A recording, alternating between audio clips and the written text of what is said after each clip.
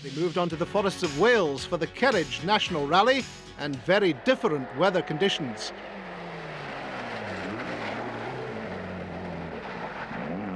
Those conditions would see Chris Mellors once again suffer an early setback on an event. Had a good time on the first stage, we were quickest by a decent margin in there, and in the second stage, halfway through, just came down to a hairpin. It was particularly slippy, wouldn't quite slow down, and it was either hit a pile of logs or just go into a ditch. Went into a ditch which turned out to be fairly deep. We're just extracting it from there when Murray came round. He did the same thing, unfortunately ran to the back of us and pushed us further in. So we're in there for about 5 or 6 minutes, which has really spoilt it today. David Galanders was also in trouble early on, a puncture on the opening stage costing him over a minute.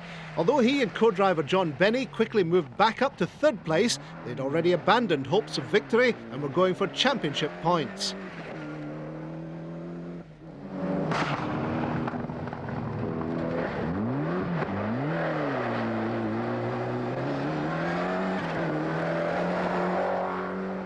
Having pushed Mellors back into the ditch, Murray Grierson added insult to injury by setting fastest time on that stage, and he and Stuart Merry were leading the event, although it hadn't been without its problems.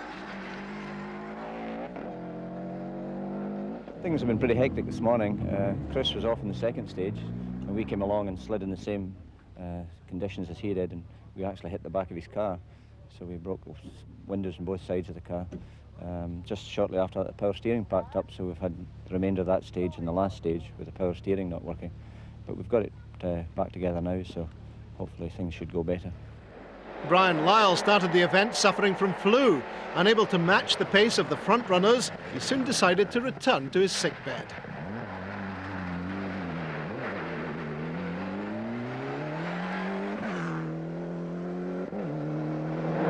Steve Hill was another driver to hit early problems, a serious misfire slowing him badly on the opening stage.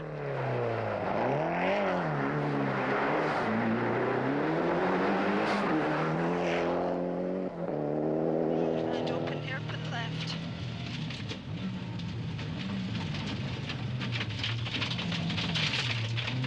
And long right 6. Just keeps coming round. Straightens up, then long open right 9.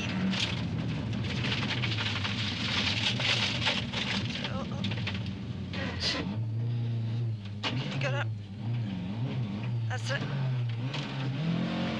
It's hardly out right 9. Okay. Despite that spin, Hill and co-driver Stella Boyles had worked their way back up to fourth place when they headed for service after 3 stages. Right 6.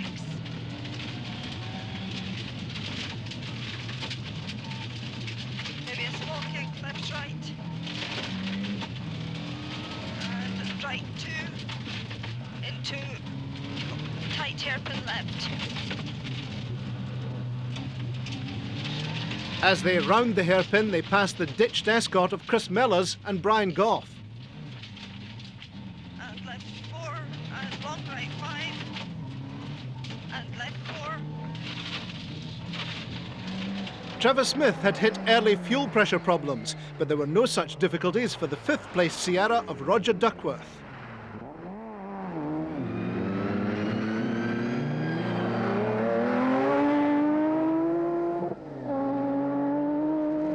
Jeff Smith had had an early off in the opening half-run stage, but was fighting his way back up the leaderboard in his Group N escort.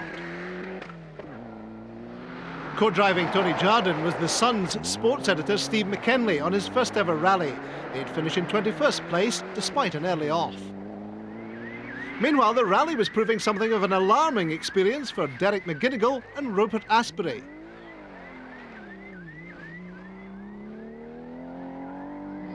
To add to his fuel feed problems, Trevor Smith had also lost a rear brake caliper, and the Burford driver was close to retirement.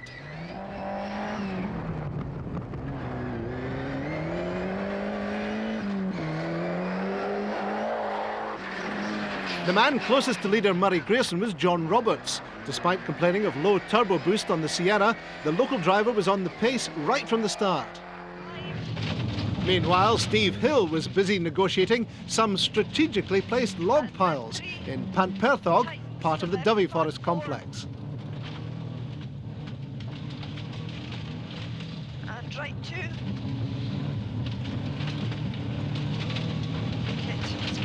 Okay, left, sorry, right 1 into left 6. See here, and immediate right 8. And left 6, long, into right 6.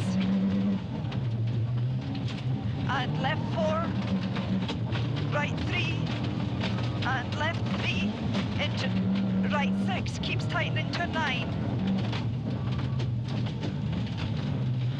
And left 3 into right 9.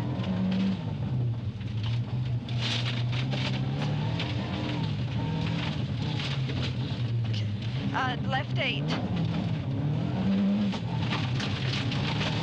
Okay, 100.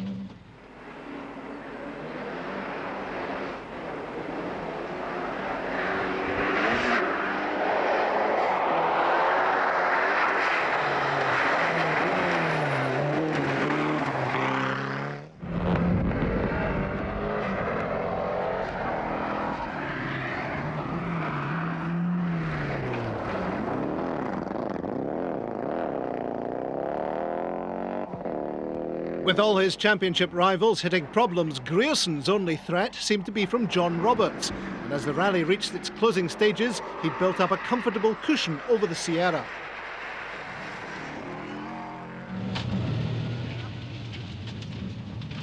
But on the penultimate stage, Steve Hill passes the part Subaru, a stripped cam belt, robbing Grierson of certain victory.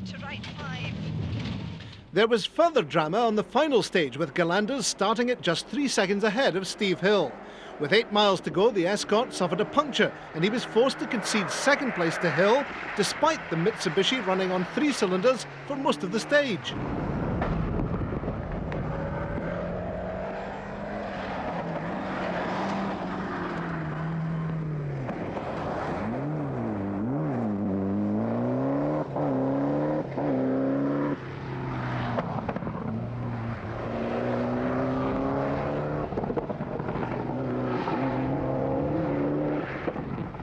Despite his early off, Chris Mellors would finish in 7th place to hold on to the championship lead. Fitting reward, in particular for co-driver Brian Goff, who'd endured a drafty rally with no glass on his side of the car.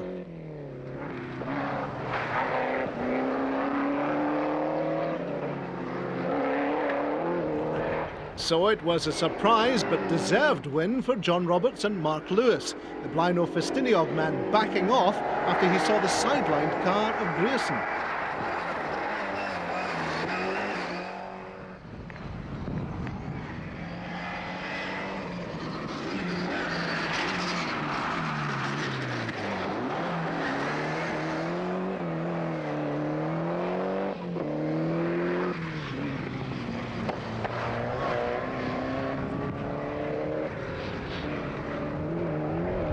Also upholding local honours, John Bennett Evans with a strong 4th place in his Escort.